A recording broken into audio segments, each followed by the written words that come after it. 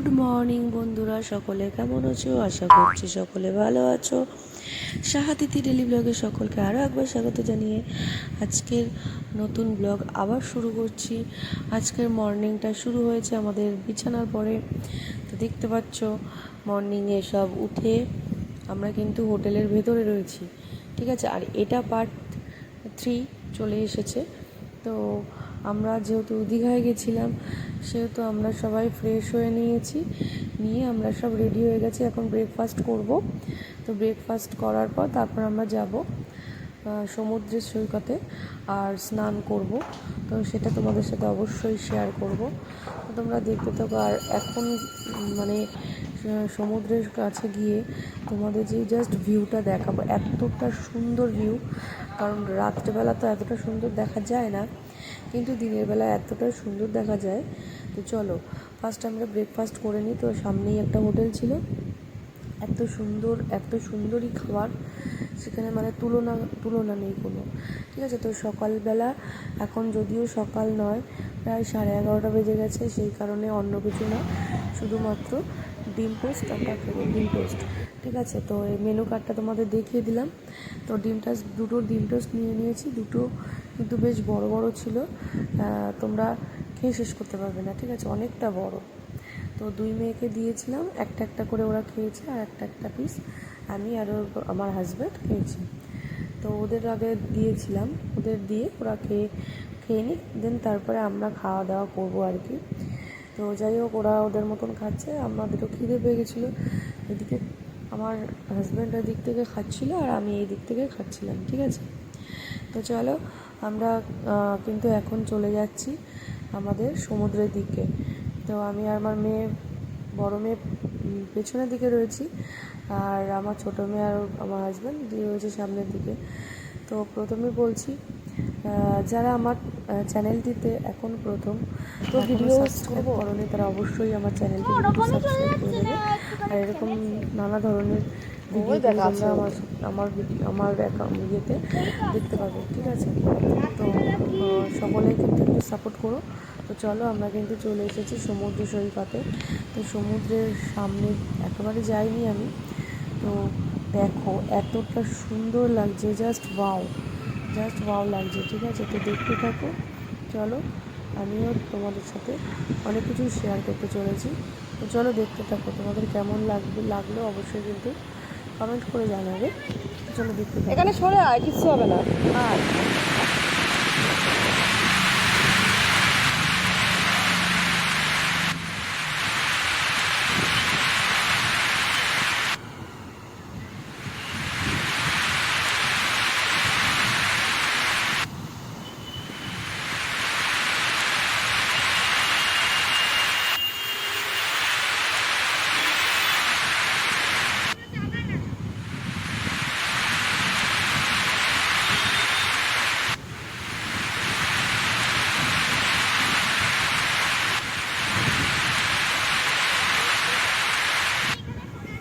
তো এবার চলো আমরা স্নান করব, সেই দিকে যাওয়া যাক।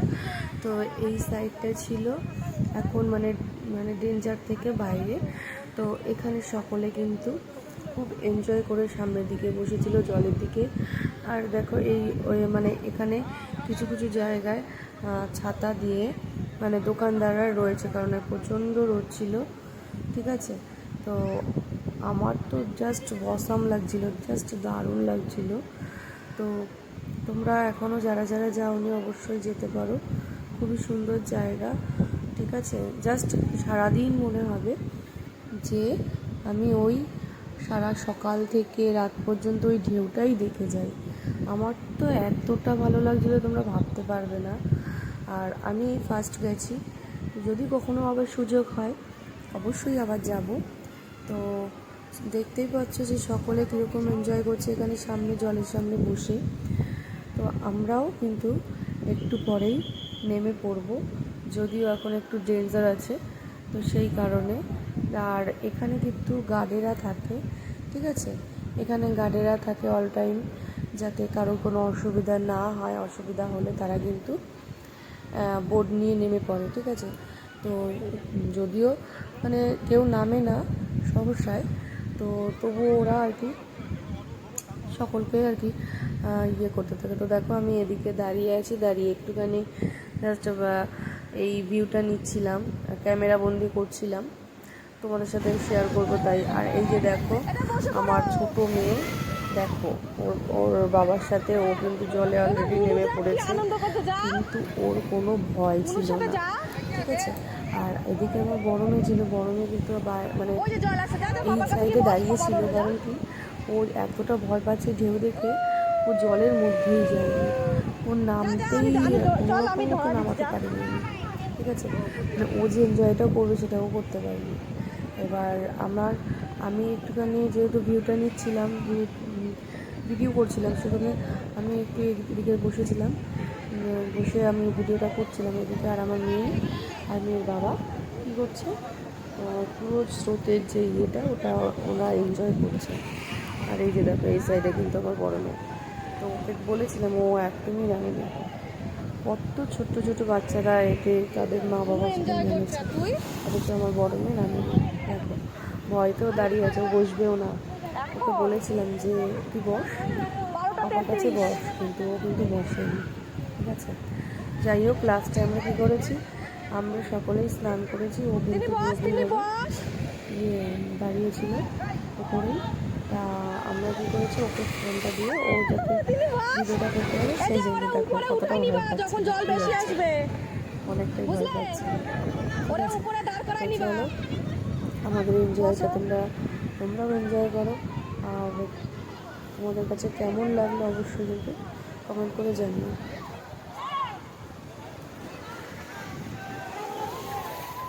আরে ওরে এমনি উপরে উঠে তুমি বসো, তুমি এমনি উপরে উঠাই নিবা, তাহলেই হবে।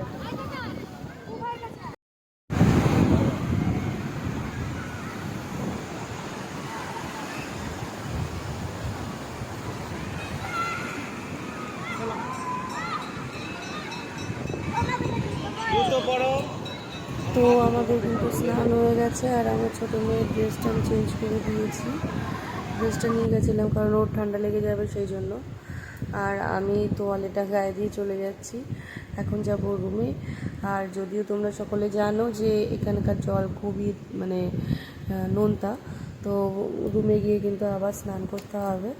তো এখন চলে যাব, স্নান করব রুমে গিয়ে, করে ফ্রেশ হয়ে তারপর দুপুরে আবার লাঞ্চটা করতে যাব ওই আমাদের হোটেলের সামনে, একদম যেই হোটেলটা আমরা খেয়েছি, আমরা যেই হোটেলে রয়েছি তার সামনেই একটা হোটেল আছে, সেখানে আমরা খাওয়া দাওয়াটা করেছি।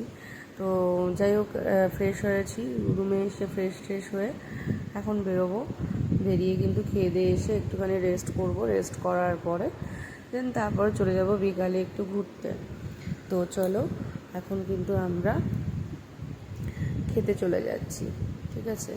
তো সকলে খেতে যাব, খেয়ে দিয়ে তারপর এসে রেস্ট করব। দেখতে পাচ্ছি মানে ওরা এতটা আনন্দ পেয়েছে, ওরা অ্যাকচুয়ালি কোথাও বেরোতে পারে না। এই যে দেখো হোটেলের সামনে দিয়েই তোমাদের দেখাচ্ছি, এটাই হচ্ছে ওই হোটেলে আমরা যাব আমরা খেতে, ঠিক আছে।